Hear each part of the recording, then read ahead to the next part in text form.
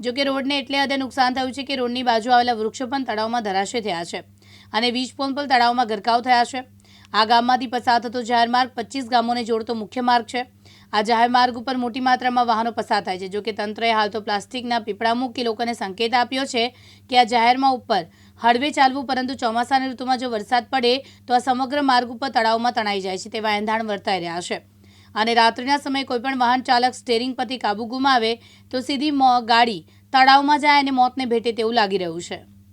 પાલનપુરથી ગઠામણ જતા રોડ પર લાલિયા તળાવ તરીકે ઓળખાતી જગ્યા, ત્યાં જમીન તળાવ સીમિત હતું, છતાં એને ભૂમાફિયાઓએ ખોદી નાખ્યું, માટી ઉપાડી ગયા અને છેક રોડ સાઈડ લાવી દીધું, એટલા સુધી ખોતરી નાખ્યું છે। તો રોડ ગમે ત્યારે હવે પાણી વરસાદ આવે તો ગમે ત્યારે ધોવાઈને સીધું કારો ગાડી જે રાત્રે નીકળતા સીધા જ તળાવમાં જાય એમ છે। ગમે ત્યારે મોટો અકસ્માત થાય તો સરકાર જવાબદાર છે। એ પહેલાં આને સંપૂર્ણ ભરી નાખે, એને સીમિત કરી દે તળાવને અને ગેસની પાણીની પાઇપો લાઈનો બધી રિપેર કરી આપે, એટલી મારી વિનંતી છે। આ રોડ ઉપર આ રોડના કનેક્ટેડ અમારા લગભગ 15 થી 20 ગામ કનેક્ટેડ છે। મારે તો ખુદનો દિવસનો રોજ આ રૂટ ઉપર ચાલવાનો રોડના અડીને જ ભૂમાફિયાઓએ એટલી હદે માટી ચોરી છે કે રોડથી અડીને 70 થી 80 ફૂટ ઊંડું તળાવ ખાધી નાખ્યું છે અને દોરાતું રોડ પણ હવે તો અંદર જાય, ગટરની લાઈન પણ તૂટી છે, પાણીની લાઈનો પણ તૂટી ગઈ છે અને વીજ લાઈનના ધોબલા પણ પાણીમાં તળાવમાં ગરકાવ થાય એવી પરિસ્થિતિ લાવીને ઊભી કરી છે। તો તંત્રએ જાગી અને કોઈ દુઃખદ ઘટના કોઈ ના ઘટે એ પહેલાં તંત્રએ એક્શન લેવી જોઈએ। પાલનપુરથી ગઠામણ અને આગળ પાલનપુરના જે સિટીમાં આવતા લોકોના 20-25 ગામ જોડાયેલા છે આ રોડ સાથે। એટલે અહીંયા જે રોડની નજીકથી જે ખોદકામ થયું છે તળાવનું, જેના કારણે હાલની સ્થિતિ એવી છે કે જો કોઈ રાહદારી જતા હોય, કોઈ વ્હીકલ લઈને અને કાબુ ગુમાવે અને તો તળાવમાં જઈ શકે એવી શક્યતાઓ છે। તળાવમાં ઊંચાઈ પાણી છે, એટલે અંદર પડશે તો એનો જીવનું જોખમ ચોક્કસ છે।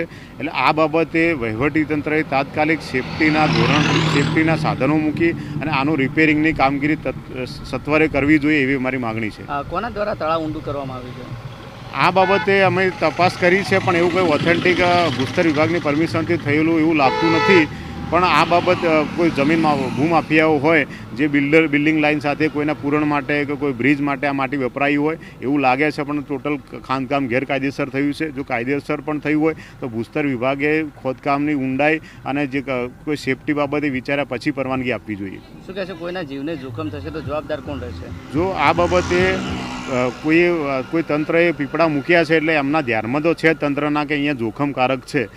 હજુ પણ એ લોકો કોઈ સેફટીનું કાર્ય કે આનું રિપેરિંગનું એવું કર્યું નથી। કોઈનો જીવ જશે તો તંત્ર 100% આમાં બધે જવાબદાર રહેશે, કારણ કે એ લોકો આ બાબતે જાણકાર છે। બનાસકાંઠા જિલ્લાના મુખ્ય મથક પાલનપુરના જે ગઠામણ ગામ છે, આ ગઠામણનો જે જાહેર માર્ગ છે, આ જાહેર માર્ગ 20 થી 25 ગામોને આ જોડતો મુખ્ય માર્ગ છે અને આ મુખ્ય માર્ગની નજીક જે તળાવ આવેલું છે, આ તળાવ જે ભૂમાફિયાઓ દ્વારા ગેરકાયદેસર રીતે ખોદી તેની માટી વેચી હોવાના ગંભીર આક્ષેપો સ્થાનિક લોકોએ કર્યા છે। તો કે આ તળાવમાંથી ગેરકાયદેસર માટી વેચી તેનો જે તળાવ છે તળાવ ઊંડું કરવામાં આવ્યું છે। જોકે આ તળાવની ઊંડાઈ એટલી હદે પહોંચી છે કે તેની બાજુમાં જાહેર માર્ગ હોવાને કારણે આ જાહેર માર્ગ ધોવાણો છે અને જાહેર માર્ગ ધોવાને કારણે જે પાઇપો છે પાઇપો પણ ઉગાડી થઈ છે।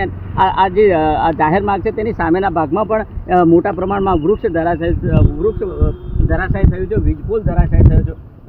કહી શકાય કે આ જે જાહેર માર્ગ છે 20 થી 25 ગામોને જોડતો મુખ્ય માર્ગ છે અને આ મુખ્ય માર્ગ ઉપર હજારોની સંખ્યામાં વાહનો દોડધામ કરી રહ્યા છે અને આ જાહેર માર્ગ ઉપર વળાંક હોવાને કારણે ક્યાંક ને ક્યાંક જો જે જાહેર માર્ગ ઉપર પસાર થતા વાહન ચાલકો સ્ટીયરિંગ પરનો કાબુ ગુમાવે તો ચોક્કસ કહી શકાય કે આ જ તળાવમાં જીવનું જોખમ થઈ શકે છે।